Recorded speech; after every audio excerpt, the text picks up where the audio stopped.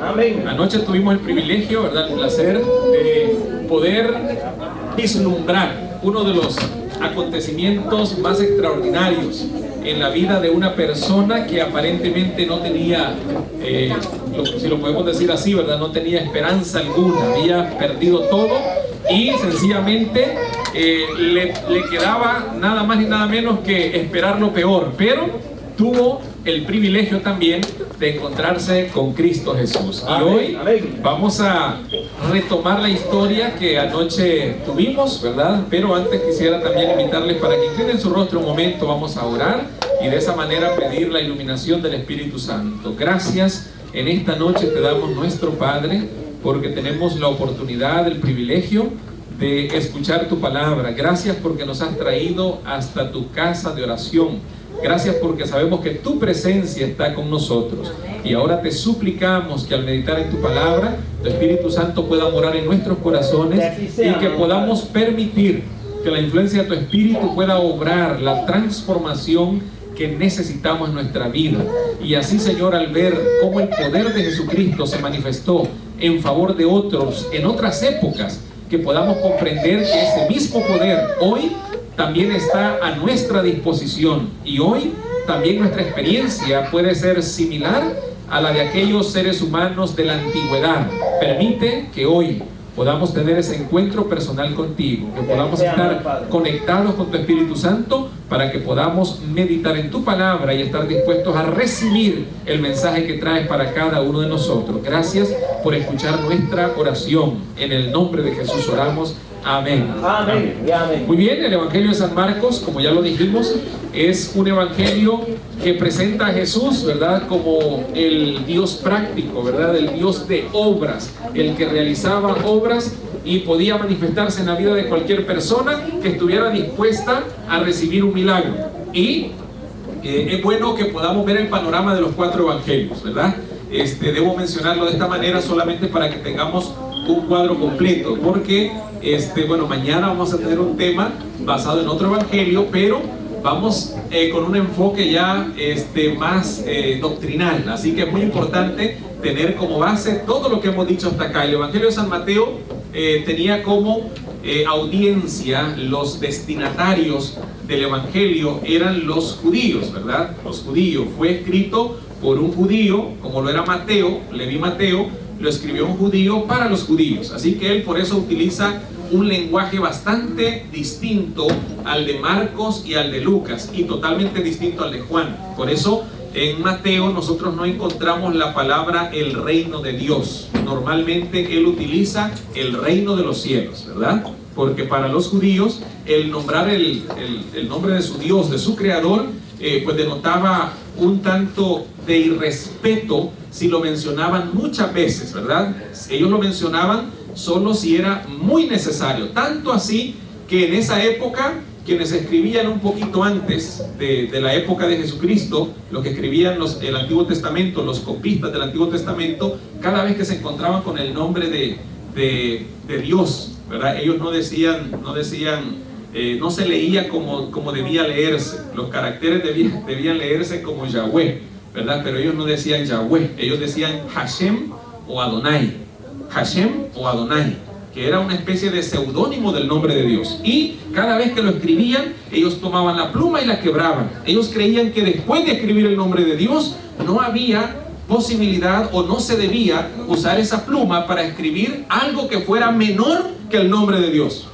Y no llegaba hasta ahí la reverencia de ellos. Escribían el nombre de Dios, quebraban la pluma y luego ellos se bañaban, ¿verdad? Se bañaban y luego continuaban escribiendo.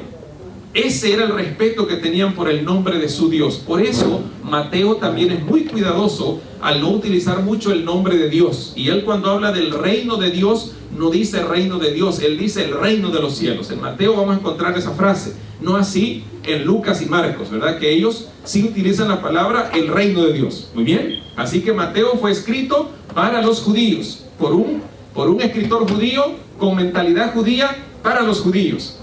Marcos fue escrita para los romanos, ¿verdad?, de un personaje que tenía sangre griega y sangre judía, ¿verdad?, Juan Marcos, que fue un discípulo del apóstol Pablo.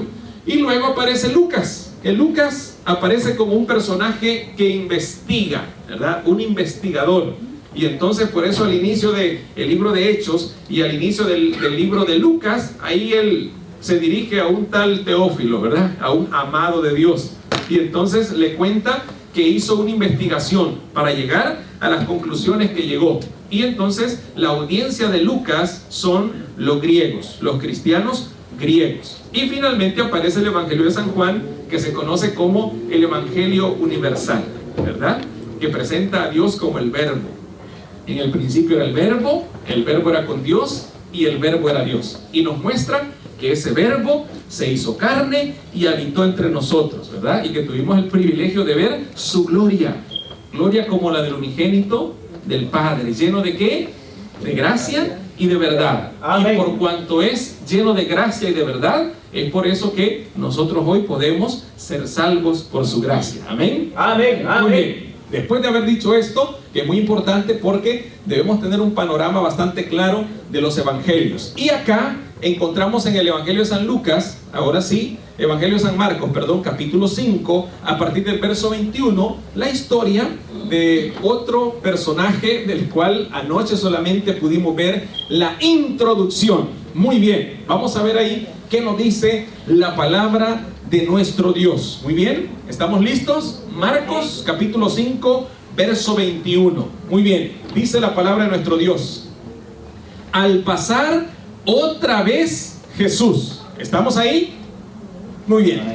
Al pasar otra vez Jesús en una barca a la otra orilla, se reunió a su alrededor una gran multitud, y él estaba junto al mar. Verso 22. En ese panorama, Jesús rodeado de una gran multitud, dice que llegó un individuo ahí. Y dice el verso 22, y vino un alto dignatario de la sinagoga llamado Jairo. Muy bien, ya lo hemos mencionado, un alto dignatario, una persona importante, y tenía un gran problema, un enorme problema, que a la vista de él era un problema casi imposible de resolver.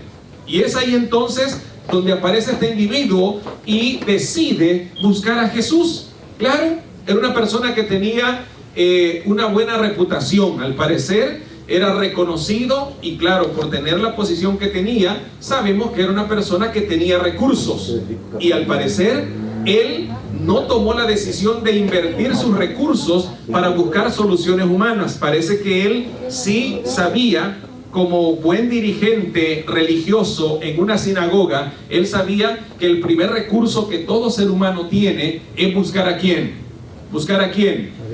¿Buscar a quién? A Dios. A Dios. Y él sabía que su representante en ese momento era Jesús. En él había algo especial. Aunque oficialmente no había sido aceptado Jesús como el Mesías, Jairo estaba seguro de que en Jesús había algo especial. Amén. No era un ser humano común y corriente, por lo tanto podía pedirle el favor. Cualquier individuo pudo haber dicho, bueno, si Jairo tiene a su hija enferma, ¿por qué no va y busca a los médicos? Él tiene recursos para gastar, él tiene recursos para pagar. Bueno, Jairo aprendió la lección de alguna manera, no lo sabemos, pero sí sabemos que el Espíritu Santo le impresionó para que él pudiera buscar a Jesús. Y cuando vino a Jesús, como lo dice ahí llegó Jairo en medio de la multitud. No le importó estar rodeado de una gran multitud, ¿verdad? No le importó que las personas lo vieran.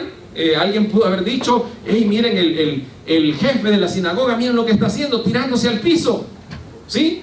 Probablemente Jesús nunca había visitado la sinagoga de Jairo, probablemente, pero lo cierto es que Jairo sí había escuchado acerca de Jesús, sabía quién él era, sabía lo que podía recibir de él, sabía que Jesús era capaz de manifestar su poder en su vida, sabía que él podía hacer lo que nadie más podía hacer en su favor, y eso despertó en él la fe que era necesaria para acercarse a Jesús. Jairo, ¿qué significa el nombre Jairo? Vamos a ver, la mayoría de los especialistas en el Nuevo Testamento, ¿verdad?, han llegado a la conclusión que Jairo viene de Jairos, que significa alegrarse o alegría. ¿Cuán alegre creen ustedes que estaba Jairo? ¿Cuán alegre estaba Jairo? Sabiendo que tiene a su hija única agonizando, a punto de morir. Su gran esperanza, su gran anhelo, el amor de su vida estaba a punto de morir. La llama que se había encendido cuando nació su pequeña estaba por apagarse, y Jairo lo sabía. Por eso él no buscó soluciones en un lugar equivocado o en otro lugar equivocado, a diferencia de lo que había hecho la mujer que aparece más adelante en el relato. Así que Jairo pone como primera opción, lo vamos a suponer así porque lo vemos llegando de una vez, su hija todavía está viva, y entonces él pone a Jesús en primer lugar, decide tomar la decisión, y aparecen actos bien específicos en la vida de Jairo que marcan el camino por donde Jesús lo llevó, por donde Jesús lo hizo transitar. Son bien marcados. Y lo primero que aparece en la vida de Jairo es que, teniendo más de alguna posibilidad por la cual él pudiera optar, él decide optar por la más importante, por la primera, por la mejor, por la más segura, en realidad, por la única segura. Y fue buscar ¿a quién? A Jesús. Ya había pasado algo en su vida. Su alegría ya no era alegría. Y ya recordemos que los judíos ponían nombres a los niños, ¿verdad? Lo hemos mencionado en algún momento, basado tal vez en algún rasgo físico, de cómo se miraba físicamente, ¿verdad? O también un rasgo de su carácter, en este caso de su personalidad. Era un niño alegre, era un niño tal vez juguetón, sonriente, y le pusieron Alegría, ¿verdad? El nombre Alegría. Tal vez hoy no podemos usar mucho el significado del nombre Alegría, pero sí Jairo, ¿no es cierto? Podemos utilizar el nombre Jairo. Así que la alegría de Jairo parece que se había apagado. Lo siguiente que estaba por apagarse era la vida de su hija, pero todavía Jairo tenía esperanza. Amén. Y con esa esperanza vino a Jesús. Amén. Y con esa esperanza se acercó a Jesús. Con esa pequeña esperanza llegó hasta donde Jesús estaba. Y dice acá, más adelante, en el verso 22, un alto dignatario llamado Jairo, al ver a Jesús, cuando se encontró con Jesús, ¿cuál fue la reacción de él? ¿Cuál fue la reacción de Jairo? Vamos a ver qué fue lo que hizo. Se postró. Muy bien, veamos los pasos en la experiencia de Jairo. Escuchen bien lo que estaba pasando acá. Jairo tenía opciones, pero escogió la más importante, escogió la mejor, escogió la primera. ¿Buscar a quién? A Jesús. Muy bien, cuando decide buscar a Jesús, viene hasta donde Jesús está, y cuando se encuentra con Jesús, toma otra decisión. ¿Cuál fue la otra decisión que tomó? Postrarse delante de él. Y el postrarse denota varias cosas. Primero, reconocer la supremacía de aquella persona ante la cual uno se postra. ¿Estamos? Amén. Reconocer que Jesús es superior. Amén. Reconocer que Él es todopoderoso, que Él lo puede. Y hay un segundo aspecto, que es humillarse delante de Dios, porque los judíos se postraban, ¿verdad?, poniendo su frente ahí. Los judíos se postraban poniendo su frente en el piso, arrodillándose, ¿verdad?, poniendo su frente en el piso. Normalmente ponían también sus manos. Y otra manera era acostándose totalmente, ¿sí? Acostándose boca abajo, estirando su mano hasta llegar y tocar los pies de aquella persona hacia la cual se estaban postrando. Esto se puede definir de una sola palabra. Lo que estaba haciendo Jairo era rindiendo su vida delante de ¿quién? ¿Delante de quién? Delante de Cristo Jesús. Muy bien, vamos a repasar para que lo tengamos claro.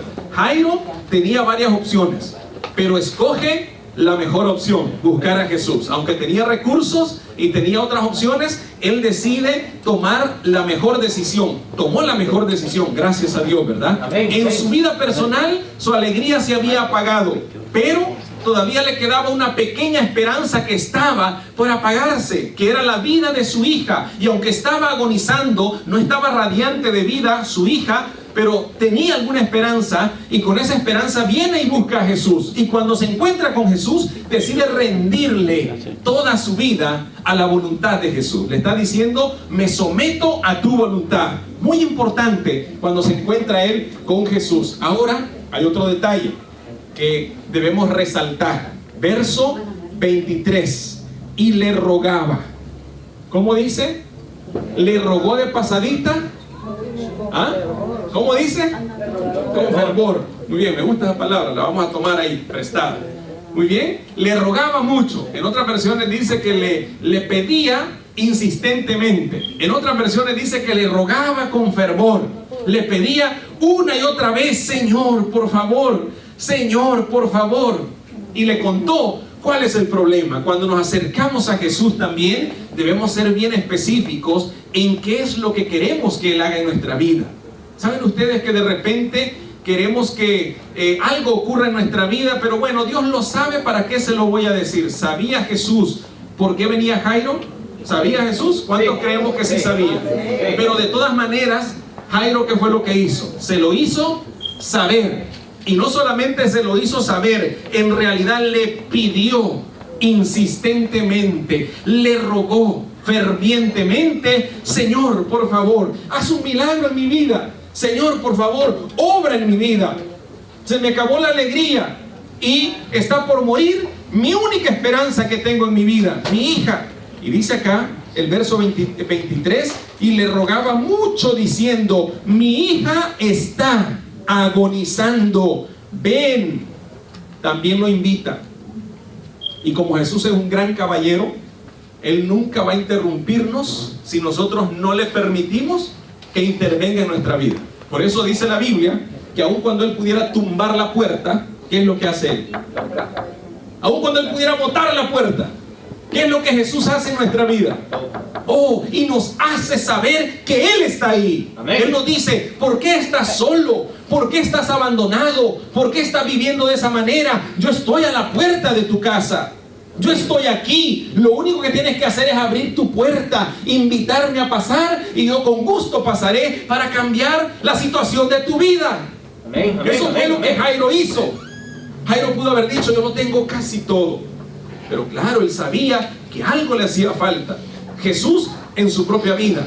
Y lo que realizó Jesús a continuación es el acto de misericordia.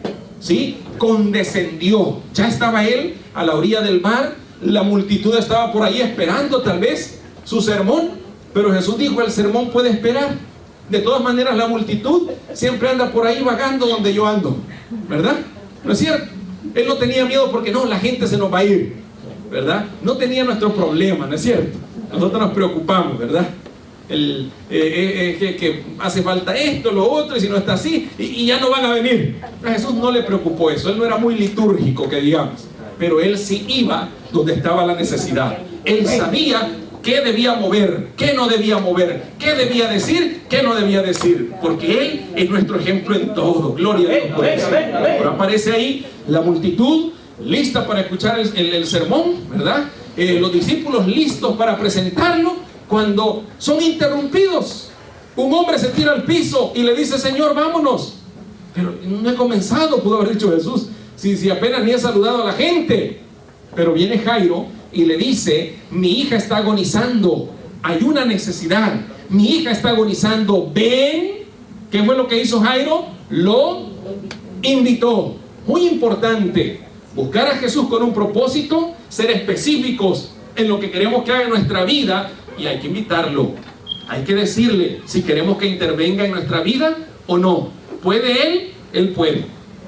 Porque a nosotros nos puede pasar como cuando su niño está tratando de alcanzar, ¿verdad?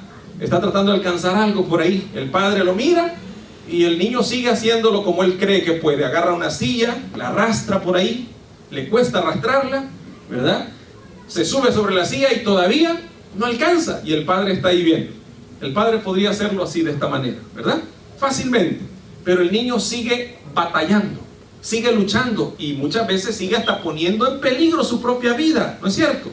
Sí, porque lo hace a su manera.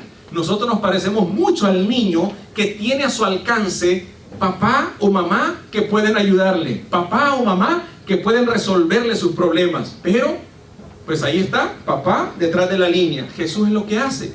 Él puede obrar en nuestro favor. Él puede hacer por nosotros lo que nosotros no podemos, pero necesitamos pedírselo. Jesús sabía la necesidad de Jairo, sí, pero Jairo tuvo que venir y permitirle a Jesús que interviniera en su vida, que entrara a su vida. Tanto así que la Biblia dice que Jairo tuvo que invitarlo. Le dijo: ven. Oh, y hay algo más acá. Dice el verso 23, que que sea salva y viva. Bueno, esa era la idea de Jairo, ¿verdad? Que Jesús viniera, pusiera la mano sobre ella y ella iba a vivir. Muy bien, nosotros que conocemos la historia, ¿Jesús hizo algo de eso? ¿Conocemos la historia? Vamos a ver qué nos dice la historia. Muy bien, no nos vamos a adelantar. Pero en la idea de Jairo, Jesús lo debía hacer de esta manera. Y ese es otro detalle muy importante en la vida, cuando nos relacionamos con Jesús, que a veces nosotros queremos que Dios actúe de esta manera. Si Él actúa de esta manera, entonces lo está haciendo bien. Si no lo hace de esta manera, me parece que no me está contestando mi oración. Oh, muy importante saber eso.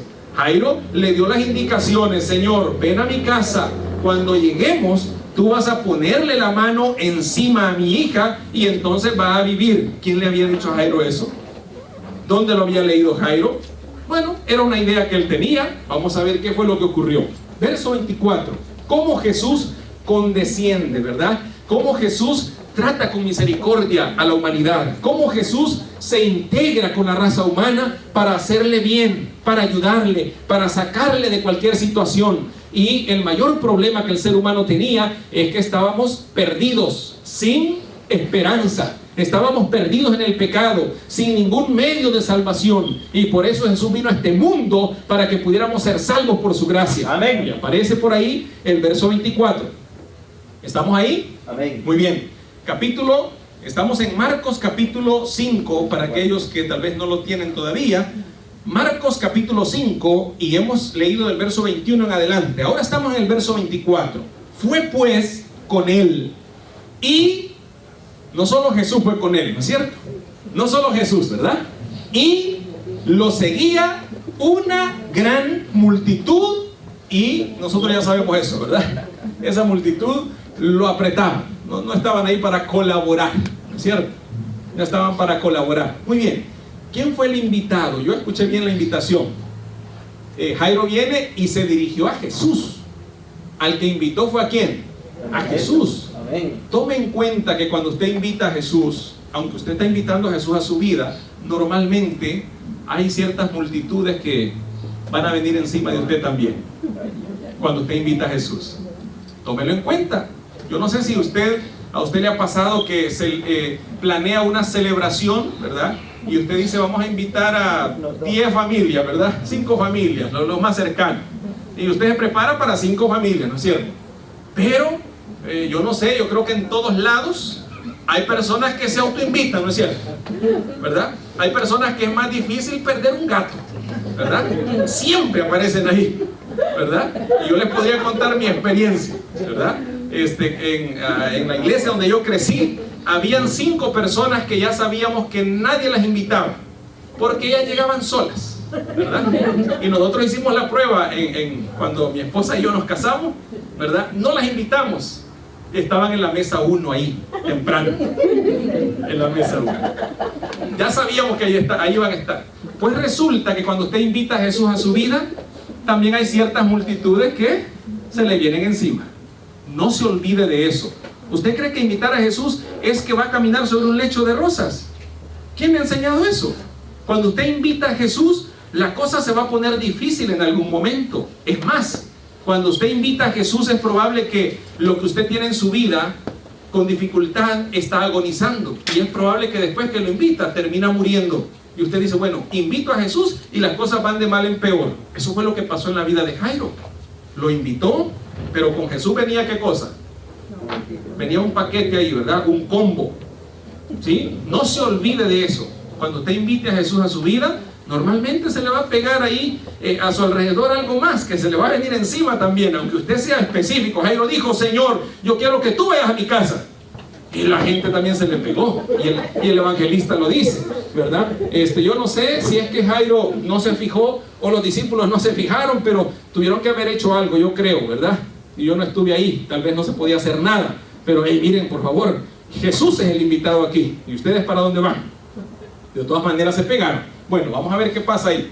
Entonces dice que la multitud lo apretaba. Muy bien, vamos a saltar un poquito, porque ya anoche vimos a partir del verso 25, y vamos a leer también, para agarrar impulso, el verso 34. ¿Qué fue lo que pasó con la mujer que que tenía flujo de sangre. Muy bien.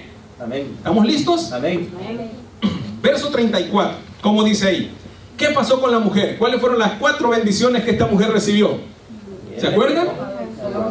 Jesús le dijo, hija. ¿Cómo se llama eso? Adopción. Tu fe te ha salvado. ¿Qué es lo que recibió también? Salvación. Y lo tercero que recibió, dice, vete en paz. ¿Qué fue lo que recibió? La paz interior. Y por último, ¿qué fue lo que recibió ella? Queda sana de tu enfermedad. Recibió la sanidad. Muy bien. Adopción, salvación, ¿qué más? Paz interior y por último, sanidad. Eso recibió. Y Jairo dijo, aquí la cosa está poniendo buena. Bueno, para ella, porque ahora venía el baldazo de agua fría sobre Jairo. El que había invitado a Jesús, el que venía rodeado con la multitud, por este lado traía a Jesús y con él la multitud, pero por el otro lado le venía otro ataque. Otro ataque. Las cosas ahora irían de mal en peor para él. Y noten bien que aunque nosotros invitemos a Jesús a nuestra casa, ¿qué representa nuestra casa? Porque Jairo invitó a Jesús para su casa. ¿Qué representa nuestra casa ahora? Nuestra vida, nuestro corazón. Así que cuando Jesús viene a nuestro corazón, pues a veces viene rodeado de otras cosas. No es que Jesús cargue algo malo. Estamos claros con eso, ¿verdad? No es que Jesús sea responsable de... No. Lo que estoy diciendo es que cuando invitamos a Jesús, no esperemos caminar por un lecho de rosa. Vendrán pruebas. Jesús lo dijo, en el mundo tendréis ¿qué? Aflicción. Pero, ¿qué dijo él? Confiad. Yo he vencido al mundo. Amén. Él nunca nos prometió, ¿verdad?, que no tendríamos problemas, pero sí nos prometió que Él estaría con nosotros en medio de los problemas para darnos la victoria. Muy bien. El verso 35. Mientras Jesús hablaba, mientras Él aún hablaba, ¿qué dice la Biblia? Vinieron de la casa del alto dignatario de la sinagoga diciendo, vinieron a Él y le dijeron, tu hija, ¿qué le dijeron? Lo peor que Él podía esperar era eso. Lo último que esperaba Él hoy, habiendo invitado a Jesús a su vida, es que algo así pasara. Pero vino la familia o alguien ahí, un enviado desde la casa de él, y entonces dice acá que le dijeron, tu hija ha muerto. Y ahora le hacen una pregunta que lo hace pensar mucho. ¿Para qué? ¿Qué le dicen? Vamos a ver. ¿Para qué molestas más al maestro? Ya no lo necesitamos. Y saben ustedes que ese pensamiento todavía es un pensamiento popular hoy en día, ¿sí? Todavía invitamos a Jesús para que resuelva nuestra emergencia, ¿verdad? Y claro, si ya se resolvió la emergencia, Señor, que te vaya bien. No, el Señor Jesús no es bombero. El bombero viene y le apaga el fuego y se va. ¿Estamos? El médico, bueno, le atiende, y si le da de alta, pues ya no tiene nada que ver con ustedes, ¿verdad? Jesús no es así. El problema es que queremos tratar a Jesús como un 911, ¿sí? Como emergencias para que trate nada más nuestros problemas y luego vamos a ver qué pasa. En este caso, aparece por ahí Jesús. Bueno, las personas que rodeaban a Jairo o que vinieron a avisarle creían que Jesús solamente podía ayudar mientras su niña estuviera enferma. Si algo más pasaba, si ellos en sus capacidades eran sobrepasados, significaba que también Jesús era sobrepasado. Eso es lo que ellos no sabían, que estaban ante alguien para quien no había nada imposible. Estaban ante el Dios Todopoderoso que había venido a esta tierra. Lo que no sabían es que cuando el ser humano llega al límite de sus capacidades, apenas comienzan las capacidades de Dios. Gloria a Dios por eso, porque para Él no hay nada imposible. Humanamente hablando, ya no había nada que hacer, y por eso le recomendaron a Jairo, Señor, por favor, despide al maestro, dile que se vaya, ya no hay caso que él venga a nuestra casa. Y es probable que nosotros en nuestra vida hayamos llegado a ese punto, pensar que ya no hay nada más que hacer en nuestro matrimonio. Dios ya no tiene nada que hacer en nuestra vida personal, porque nos hemos descarriado tanto en el pecado que Dios ya no puede hacer nada por nosotros. Tenemos temor incluso de convertirnos en seguidores de Jesús. Tenemos temor de caer, tenemos temor de volver al pecado, tenemos el temor de que cómo nos van a ver los vecinos, ¿Cómo nos van a considerar los miembros de la familia? Temores infundados o alentados por Satanás. Temores que son alentados por nuestros propios prejuicios también. Temores que normalmente no tienen ningún fundamento. Solamente están ahí puestos por Satanás para desanimarnos, para desviarnos del camino, para sacarnos de la ruta, del rumbo que lleva a la vida eterna, para desligarnos de Jesús, para separarnos de Jesús, para no darle oportunidad al poder de Dios. Pero ahí Jesús le dice a Jairo: no temas, y le pide una sola cosa. Una sola cosa. ¿Cómo tienes tu cuenta bancaria? Ojo, ¿dice eso? ¿Dice eso? No. No temas. ¿Y qué fue lo que le pidió nada más? Cree solamente. Jairo, lo único que necesitas es creer. ¿Qué fue lo que le pidió Jesús a la mujer con el flujo de sangre? ¿O qué fue lo que vio en ella? ¿Ah? La fe.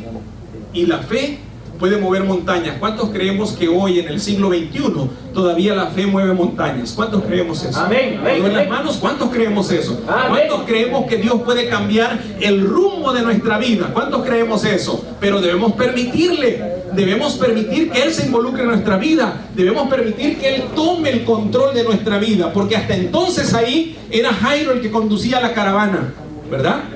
Era Jairo el que iba adelante, decía: por aquí, vamos a cruzar en esta avenida, vamos a ir en esta calle. Jairo estaba al control, pero se topó con que él no podía continuar con la caravana que iba para ahí. Tanto así que él se desalentó.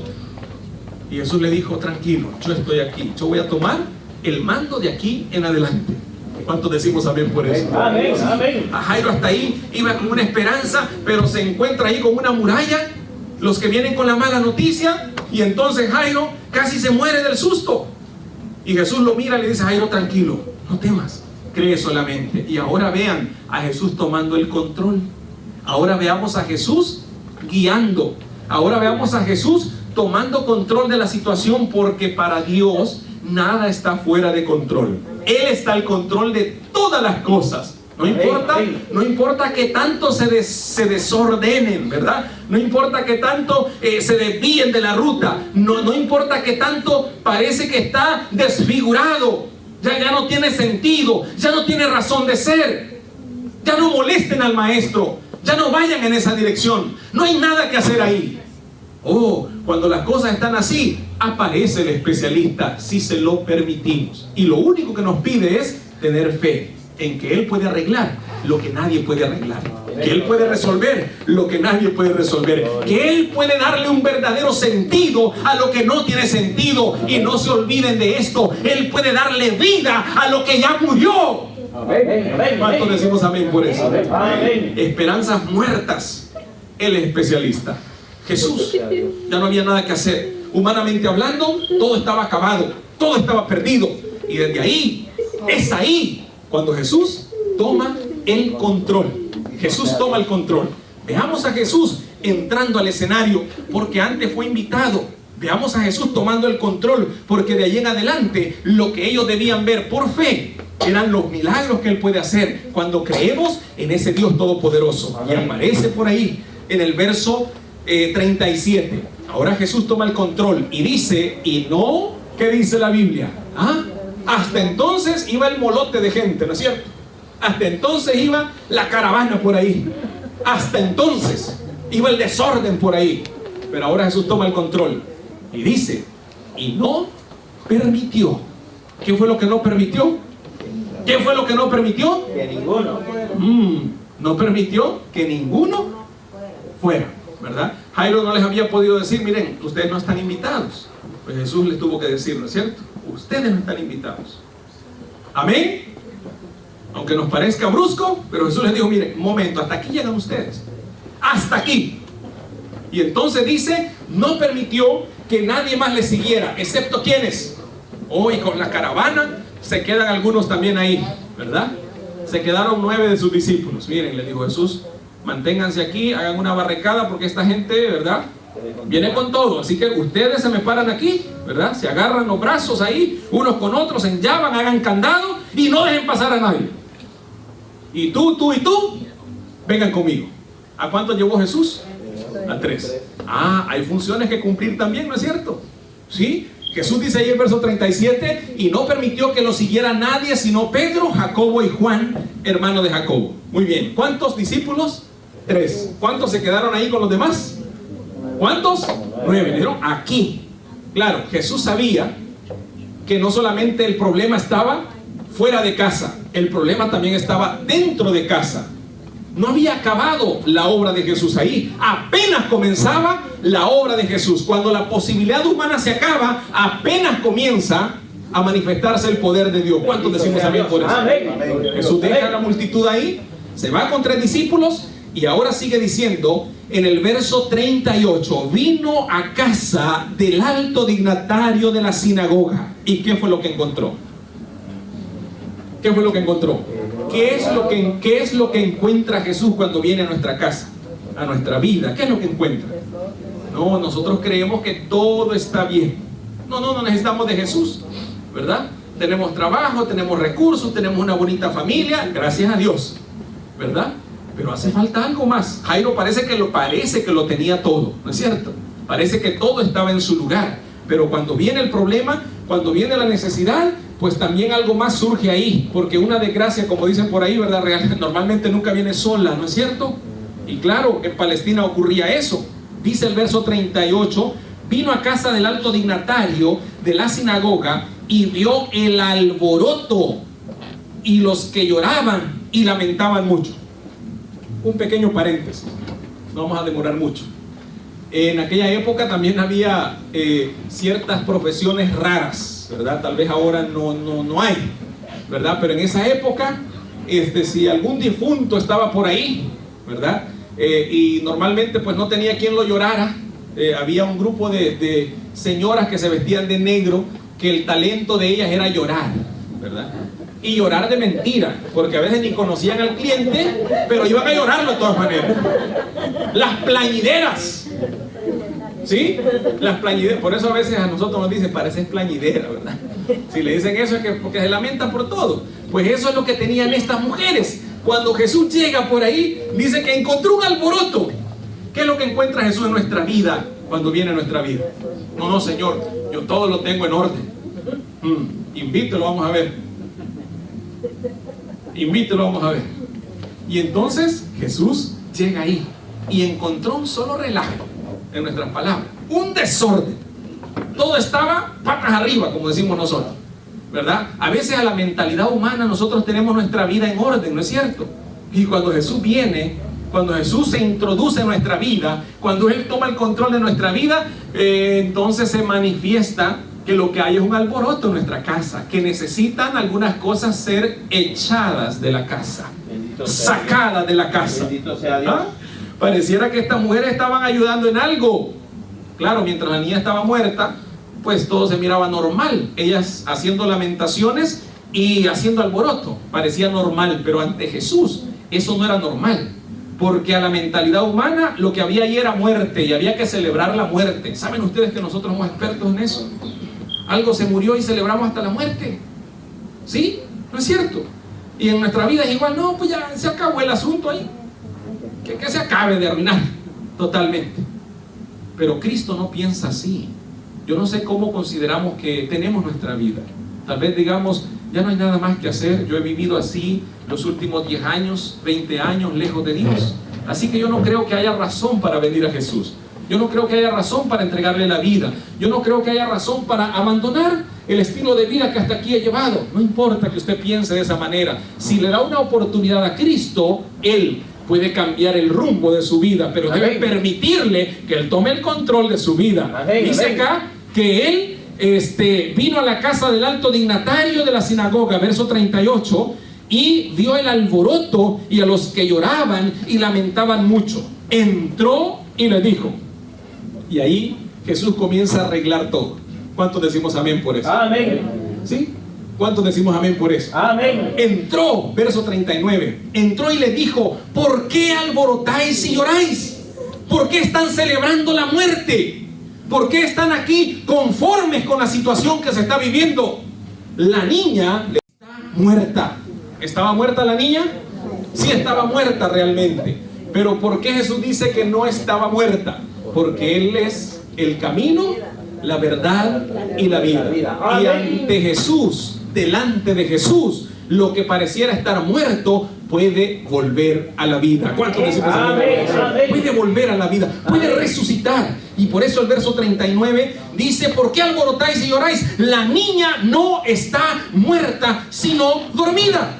Para Jesús, los casos perdidos que nosotros tenemos no son casos perdidos, son oportunidades para manifestar su misericordia, son oportunidades para manifestar su poder, son oportunidades para devolverle la vida a lo que está muerto. No importa cuántas esperanzas tengamos muertas, no importa cuántas esperanzas hayamos estrujado y arrojado al cesto del olvido, al cesto del fracaso, al cesto de la desesperación, de la duda, al cesto de la muerte. No importa cuántas cosas tengamos ahí, permitamos que Jesús entre y saque lo que tenga que sacar, tire lo que tenga que tirar, bote lo que tenga que botar, rompa lo que tenga que romper, pero por sobre todas las cosas permitamos que Él le devuelva la vida a todo aquello que necesita ser traído a la vida en nuestro ser. ¿Cuánto le vamos a permitir a Jesús hacer esa obra? Dice acá, finalmente, en el verso 40, y se burlaban de Él. Pero Él, ¿qué fue lo que hizo? Echando fuera a todos, tomó al padre y a la madre de la niña y a los que estaban con Él y entró donde estaba la niña. ¿Solamente quienes entraron? Lo que Él decidió que entrara. Y en nuestra vida solamente puede volver nuestra vida, puede volver a ser vivificada. Todo aquello que ha muerto puede ser vuelto a la vida si permitimos que sea Él el que decida lo que está mejor, lo que es mejor para nuestra vida. Finalmente, dice el verso 41, tomó la mano de la niña y le dijo, Talita Kumi, que significa, niña, a ti te digo, levántate. Cualquiera de nosotros puede decir esa palabra, ¿no es cierto?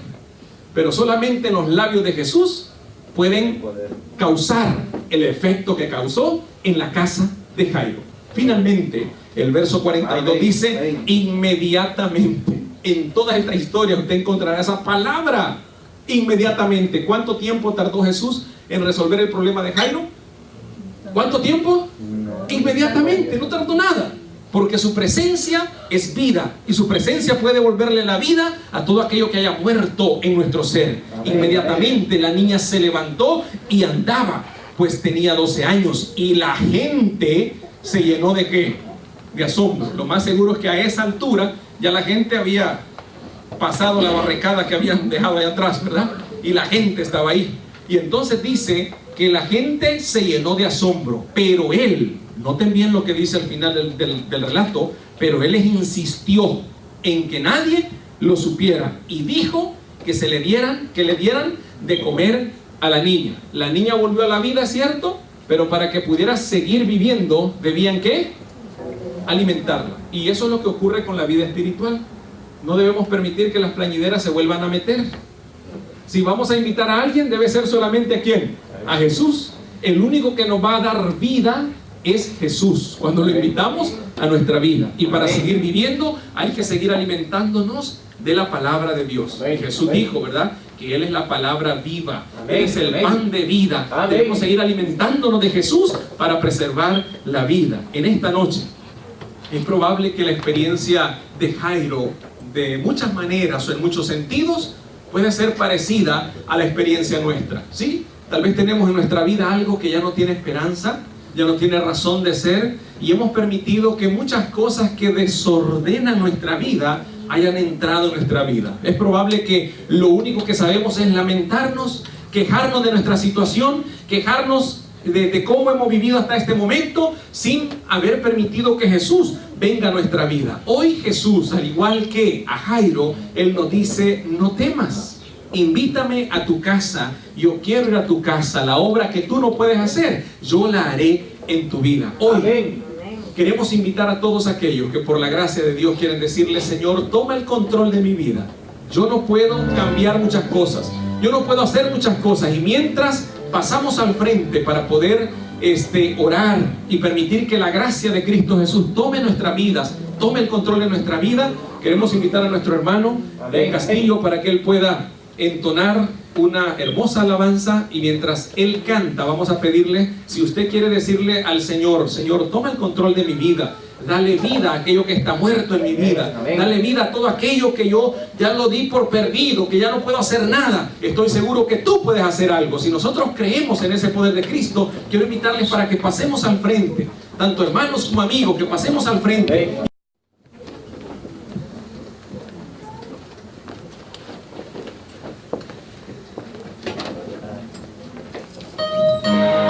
Hay poder en el nombre del Señor. Todo aquel que se sujeta al Señor, el Señor puede hacer grandes cosas.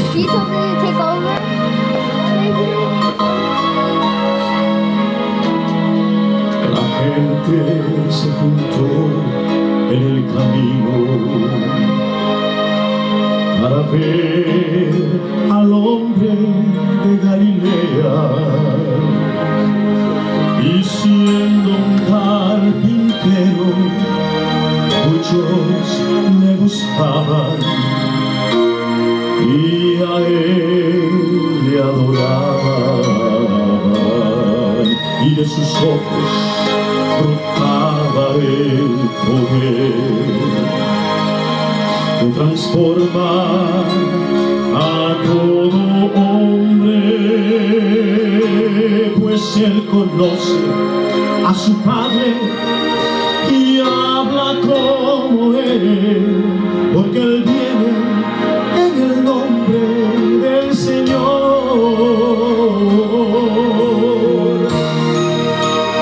Hay fortaleza en el nombre de Dios, hay poder en el nombre de Dios, hay esperanza en el nombre de Dios. Bendito es el que viene en el nombre del Señor. Escuchen esto, hermanos. Y cuando mis planes fracasé y mis fuerzas débiles estén, hay esperanza en él, pues habla como Dios, porque él viene en el nombre del Señor. Y cuando clamo a ti, Señor,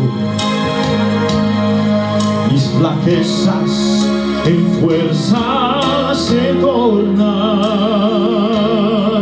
A mi Padre puedo ver, sus brazos a mí extender, cuando clamo en el nombre del Señor.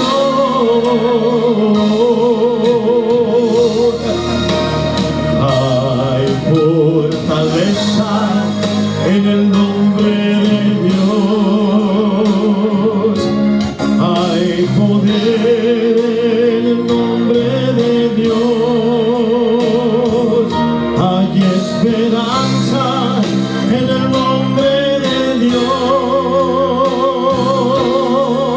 Bendito es el que viene en el nombre del Señor.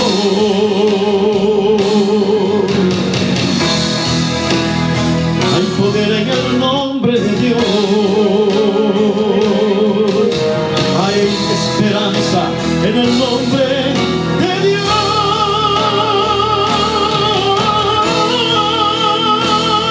hay poder en el nombre de Dios,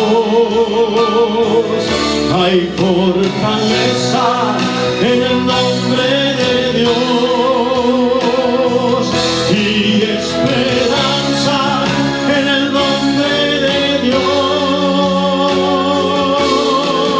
Bendito es el que viene, bendito es el que viene, bendito es el que viene